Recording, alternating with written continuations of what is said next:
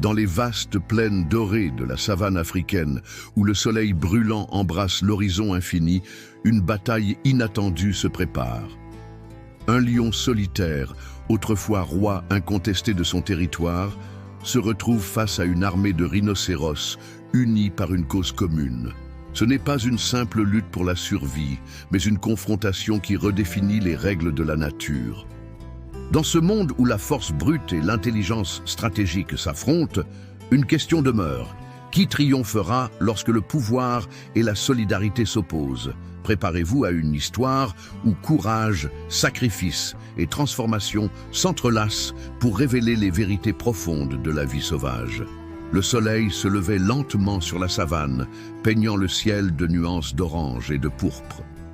Les herbes hautes ondulaient sous la brise matinale, et les cris lointains des oiseaux annonçaient une nouvelle journée. Au cœur de ce paysage majestueux, un lion nommé Kanou se tenait seul sur un promontoire rocheux. Sa crinière dorée, autrefois symbole de sa puissance, était désormais parsemée de cicatrices, témoins des batailles passées. Kanou n'était plus le roi qu'il avait été. Les années de règne avaient laissé place à une solitude pesante, et son territoire, autrefois vaste et prospère, s'était réduit à une fraction de ce qu'il contrôlait autrefois. Kanou observait les plaines en contrebas, où une scène inhabituelle se déroulait. Un groupe de rhinocéros, habituellement dispersés et solitaires, s'était rassemblé. Leur chef, un imposant mâle nommé Rugo, menait la charge. Rugo était connu pour sa force brute et sa détermination inébranlable.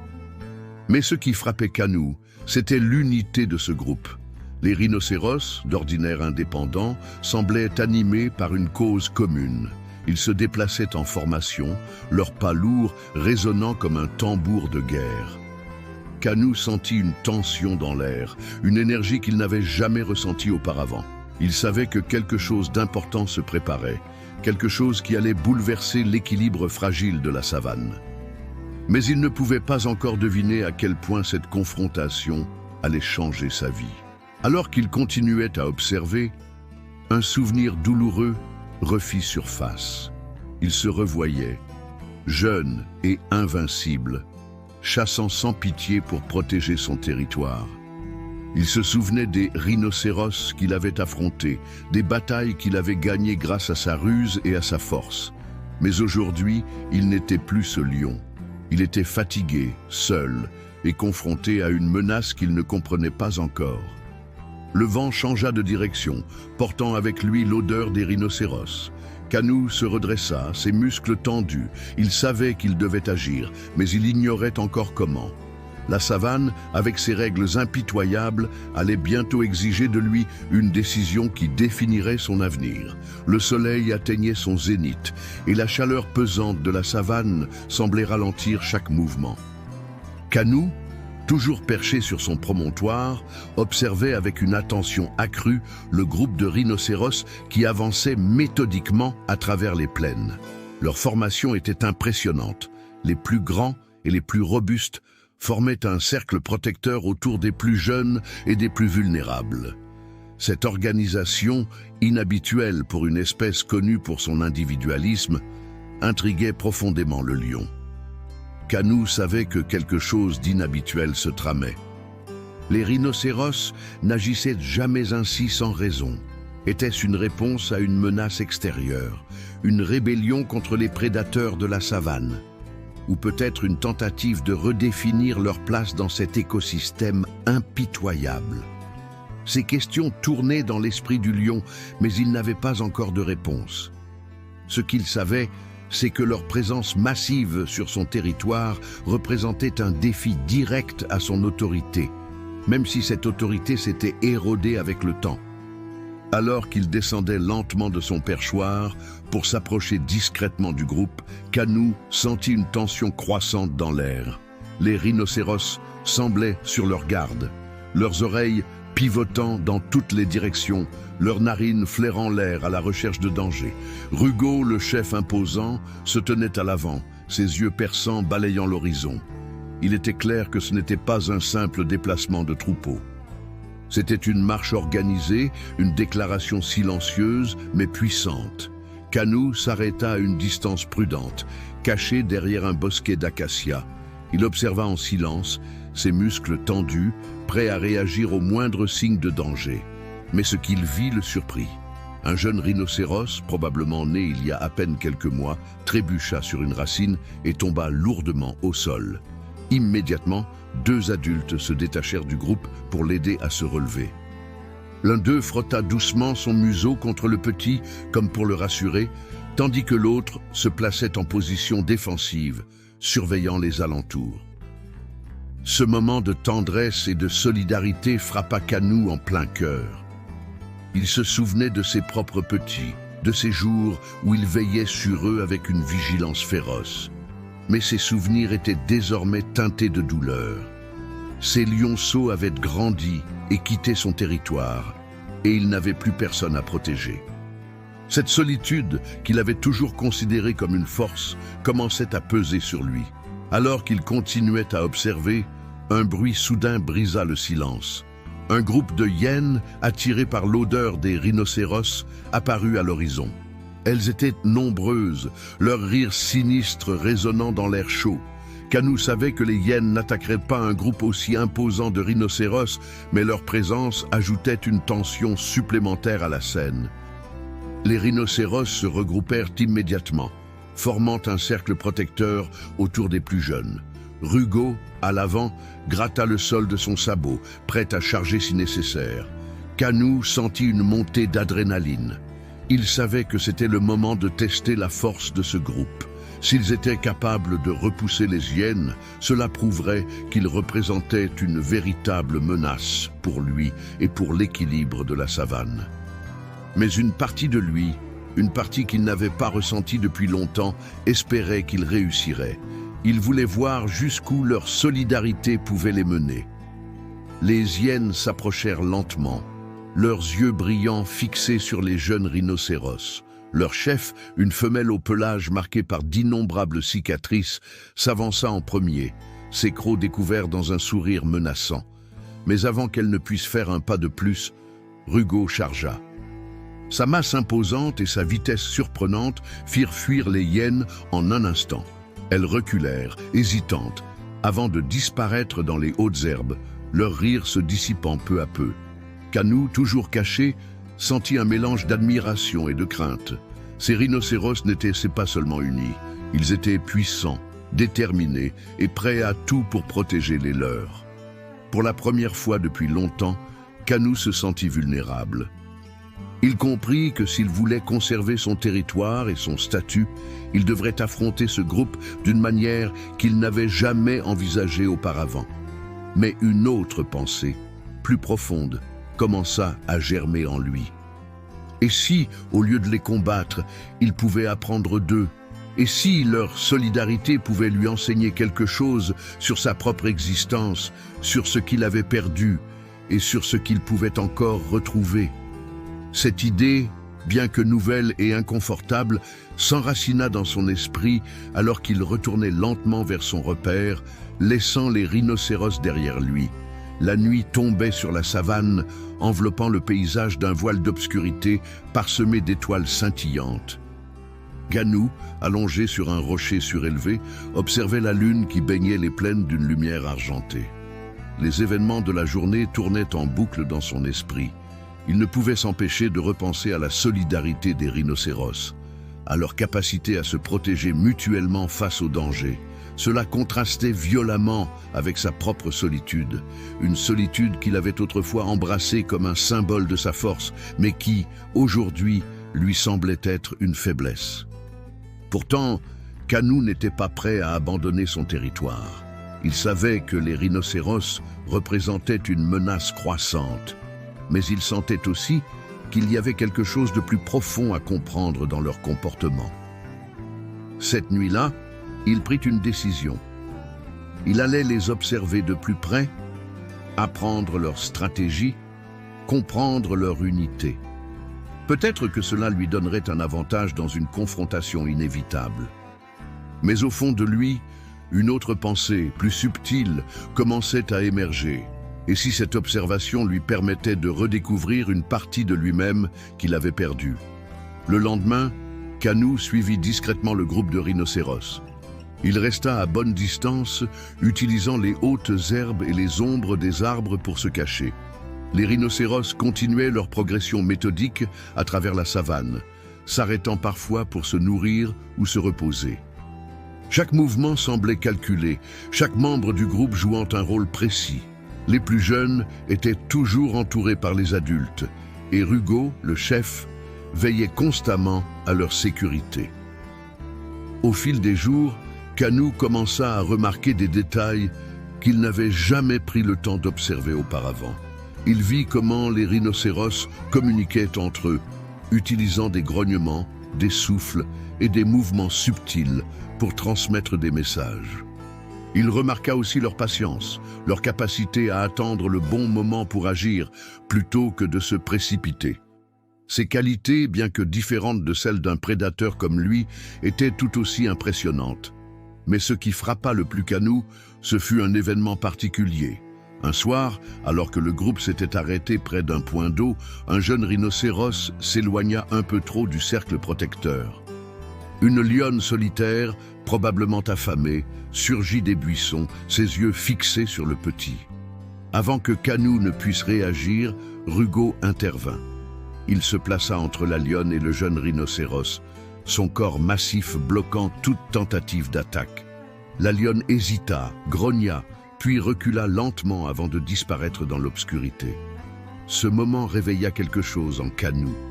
Il se souvenait des fois où il avait protégé ses propres lionceaux avec la même détermination. Mais il se souvenait aussi des moments où il avait échoué, où il avait laissé son ambition et son orgueil prendre le dessus sur son rôle de père. Ces souvenirs, qu'il avait longtemps enfouis, remontèrent à la surface, le forçant à confronter une vérité qu'il avait évitée. Sa solitude n'était pas seulement le résultat de la nature impitoyable de la savane, mais aussi de ses propres choix. Au fil des jours, Canu commença à changer. Il ne se contentait plus d'observer les rhinocéros, il apprenait d'eux. Il apprit à être patient, à attendre le bon moment pour agir. Il apprit aussi l'importance de la solidarité, de la protection des plus faibles. Ces leçons, bien que difficiles à accepter pour un prédateur solitaire comme lui, commencèrent à transformer sa vision du monde. Un soir, alors que le groupe de rhinocéros s'était arrêté pour la nuit, Canu prit une décision audacieuse. Il s'approcha lentement, sortant de l'ombre pour se montrer. Les rhinocéros, alertés par sa présence, se regroupèrent immédiatement, formant leur cercle protecteur. Rugo, à l'avant, gratta le sol de son sabot, prêt à charger si nécessaire. Mais Canu ne montra aucun signe d'agression. Il s'assit simplement à une distance respectueuse, ses yeux fixés sur Rugo. Pendant un moment, le silence régna. Les rhinocéros semblaient perplexes, incertains de ce que signifiait ce comportement inhabituel. Mais Rugo, après avoir observé Canu avec attention, relâcha légèrement sa posture. Il ne baissa pas complètement sa garde, mais il sembla comprendre que le lion n'était pas là pour attaquer. Cette nuit-là, Canu resta à distance, observant le groupe sans se cacher. Les rhinocéros, bien que méfiants, finirent par l'ignorer, retournant à leurs activités. Pour la première fois depuis des années, Canu ne se sentait pas seul. Il n'était pas encore accepté par le groupe, mais il avait franchi une étape importante. Il avait montré qu'il était prêt à changer, à apprendre, à se connecter. Cette transformation, bien que lente et difficile, marquait le début d'un nouveau chapitre pour Canu. Il ne savait pas encore où cela le mènerait, mais il sentait qu'il était sur la bonne voie. La savane, avec ses règles impitoyables, lui avait toujours enseigné la survie. Mais maintenant, elle lui enseignait quelque chose de plus profond. L'importance de la solidarité, de la patience et de la capacité à évoluer. Le vent chaud de la savane soufflait avec une intensité inhabituelle, soulevant des nuages de poussière qui dansaient sous le ciel rougeoyant du crépuscule. Canu, désormais habitué à suivre le groupe de rhinocéros, sentait que quelque chose d'important était sur le point de se produire. Depuis des semaines, il avait observé, appris et même commencé à ressentir une étrange forme de respect pour ces créatures qu'il avait autrefois considérées comme de simples obstacles sur son chemin. Mais ce soir-là, une tension palpable régnait dans l'air, comme si la savane elle-même retenait son souffle. Le groupe de rhinocéros s'était arrêté près d'un point d'eau, un endroit stratégique mais risqué. L'eau, source de vie, attirait aussi les prédateurs. Rugo, toujours vigilant, se tenait à l'avant, ses yeux scrutant l'horizon. Les autres membres du groupe formaient un cercle protecteur autour des jeunes, comme ils l'avaient fait tant de fois auparavant. Mais cette fois, quelque chose était différent. Kanou, caché à une distance prudente, sentit une odeur qu'il connaissait bien, celle des hyènes. Elles étaient nombreuses, bien plus nombreuses que lors de leur dernière rencontre. Une meute entière, menée par la même femelle au pelage marqué de cicatrices, émergea des hautes herbes. Leur rire sinistre résonnait dans l'air, un mélange de moquerie et de menace. Kanou comprit immédiatement que cette fois, les hyènes n'étaient pas là pour tester les limites des rhinocéros. Elles étaient là pour attaquer. Rugo, sentant le danger, poussa un grognement profond qui fit écho dans la savane. Les autres rhinocéros se resserrèrent, leur corps massif formant une barrière presque impénétrable. Mais même avec leur force et leur unité, ils étaient en infériorité numérique. Les hyènes, agiles et stratégiques, commencèrent à encercler le groupe, cherchant une faille dans leur défense. Kanou observa la scène avec une intensité croissante. Chaque fibre de son être lui criait de rester en retrait, de ne pas s'impliquer. Ce n'était pas son combat. Mais une autre voix, plus profonde, plus instinctive, lui murmurait qu'il ne pouvait pas rester spectateur. Il avait passé des semaines à apprendre de ces rhinocéros, à comprendre leur force et leur solidarité. Et maintenant, il avait une chance de prouver qu'il avait changé, qu'il pouvait être plus qu'un prédateur solitaire. Les hyènes lancèrent leur première attaque. Elles se précipitèrent vers le cercle, tentant de distraire les adultes pour atteindre les jeunes. Rugo chargea immédiatement, ses cornes pointues fendant l'air avec une précision mortelle. Une hyène fut projetée au sol, blessée, mais les autres continuèrent leur assaut. Leur stratégie était claire, épuiser les rhinocéros, les forcer à se disperser. Kanou sentit son cœur battre plus vite. Il savait que le moment était venu de prendre une décision. Il pouvait fuir, retourner à sa solitude, où il pouvait agir, risquer sa vie pour aider ceux qu'il avait autrefois considérés comme des ennemis. Sans réfléchir davantage, il bondit hors de sa cachette et se précipita vers le groupe. Son apparition soudaine provoqua un instant de confusion. Les hyènes, surprises, hésitèrent. Les rhinocéros, eux, ne savaient pas comment réagir. Étaient-ils là pour les aider ou pour profiter de leur vulnérabilité? Mais Kanou ne leur laissa pas le temps de douter. Il se plaça aux côtés de Rugo, ses crocs découverts, prêt à défendre le groupe. La bataille qui suivit fut brutale. Kanou, utilisant sa vitesse et son agilité, attaqua les hyènes avec une férocité qu'il n'avait pas ressentie depuis des années. Rugo, impressionné par le courage du lion, coordonna ses propres attaques pour maximiser leur impact. Ensemble, ils formèrent une alliance improbable mais redoutable. Les hyènes, bien que nombreuses, commencèrent à perdre leur avantage. Leur chef, voyant que la situation tournait en leur défaveur, poussa un cri strident pour ordonner la retraite. Une à une, les hyènes disparurent dans les hautes herbes, leur rire se transformant en gémissement de défaite. Lorsque le calme revint, Kanou se tenait au milieu du groupe de rhinocéros, son pelage couvert de poussière et de sang. Il haletait, épuisé, mais vivant. Les rhinocéros, bien que méfiants au début, commencèrent à s'approcher de lui. Rugo, le regard grave mais respectueux, s'avança et inclina légèrement la tête. Ce geste, bien que subtil, signifiait beaucoup. C'était une reconnaissance, une acceptation. Kanou sentit une vague d'émotion l'envahir. Pour la première fois depuis des années, il ne se sentait plus seul. Il avait trouvé une forme de connexion, une place dans un groupe qui, bien que différent de lui, l'avait accepté pour ce qu'il était devenu. Cette nuit-là, sous le ciel étoilé, Kanou s'allongea près du groupe de rhinocéros. Il savait que la route serait encore longue, que la savane continuerait à poser des défis. Mais il avait appris une leçon précieuse. La force ne réside pas seulement dans la solitude ou la domination, mais aussi dans la solidarité, le courage et la capacité à évoluer. Le lendemain de la bataille, la savane semblait différente.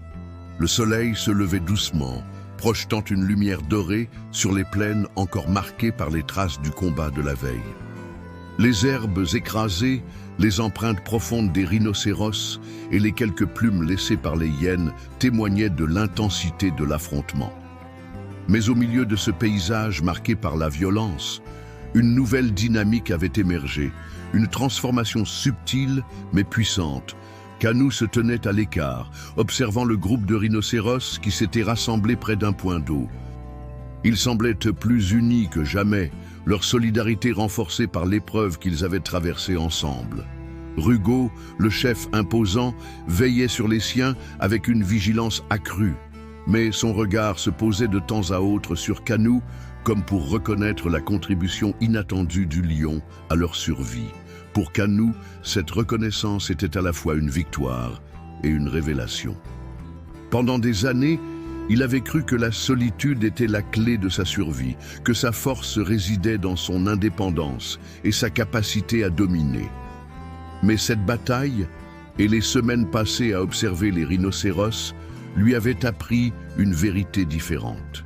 La véritable force ne résidait pas seulement dans la puissance physique ou la ruse, mais dans la capacité à se connecter, à protéger et à être protégé en retour. Alors qu'ils s'approchaient lentement du groupe, les rhinocéros ne montrèrent aucun signe d'agression.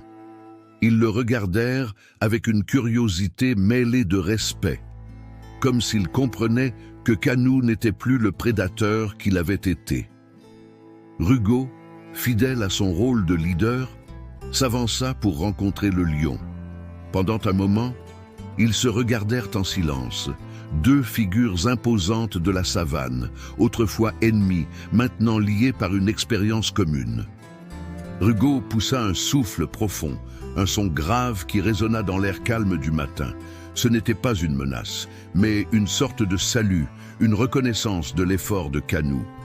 Le lion, en réponse, inclina légèrement la tête, un geste rare pour un prédateur de son rang, mais qui symbolisait son respect pour le chef des rhinocéros.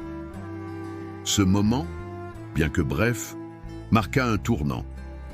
Kanou n'était plus un intrus, mais un allié, un membre à part entière de cette communauté improbable.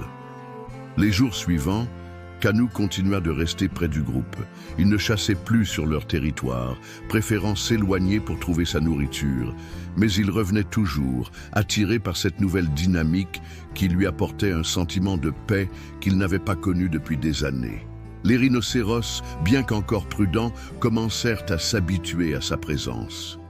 Les jeunes, curieux et insouciants, s'approchaient parfois de lui, et Kanou, avec une patience qu'ils ne se connaissaient pas, les laissait faire. Cette coexistence, bien que fragile, était un symbole puissant.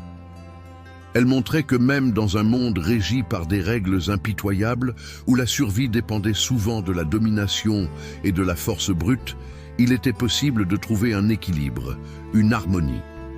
Kanou, autrefois roi solitaire de la savane, avait découvert une nouvelle forme de royauté, une royauté partagée, basée sur le respect mutuel et la solidarité. Un soir, alors que le soleil se couchait, peignant le ciel de teintes rouges et oranges, Kanou se tenait sur une colline surplombant la savane. À ses pieds, le groupe de rhinocéros se reposait, paisible et uni. Le lion leva les yeux vers le ciel, où les premières étoiles commençaient à apparaître. Il se sentit empli d'une gratitude profonde, non seulement pour sa survie, mais pour les leçons qu'il avait apprises. Il comprit que la savane, avec toute sa brutalité et sa beauté, était un miroir de la vie elle-même. Elle enseignait des leçons difficiles mais essentielles. L'importance de l'adaptation, la valeur de la communauté et la nécessité de trouver un équilibre entre force et compassion. Canut savait qu'il ne redeviendrait jamais le roi qu'il avait été, mais cela ne le dérangeait pas. Il avait trouvé quelque chose de plus précieux, un sens, une connexion et une paix intérieure. Alors que la nuit tombait, Canut s'allongea près du groupe, sa silhouette majestueuse se fondant dans l'obscurité. Les étoiles brillaient au-dessus de lui, témoins silencieuses de son voyage. Et pour la première fois depuis longtemps, il se sentit chez lui, non pas en tant que roi solitaire, mais en tant que membre d'un tout plus grand que lui. Si cette histoire vous a touché ou inspiré, partagez-la avec quelqu'un qui pourrait en tirer des leçons.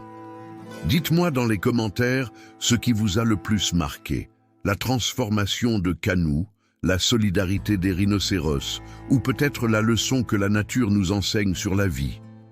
Votre soutien, en vous abonnant et en partageant, aide à faire vivre ces récits et à les transmettre à d'autres passionnés de la nature et de ses mystères.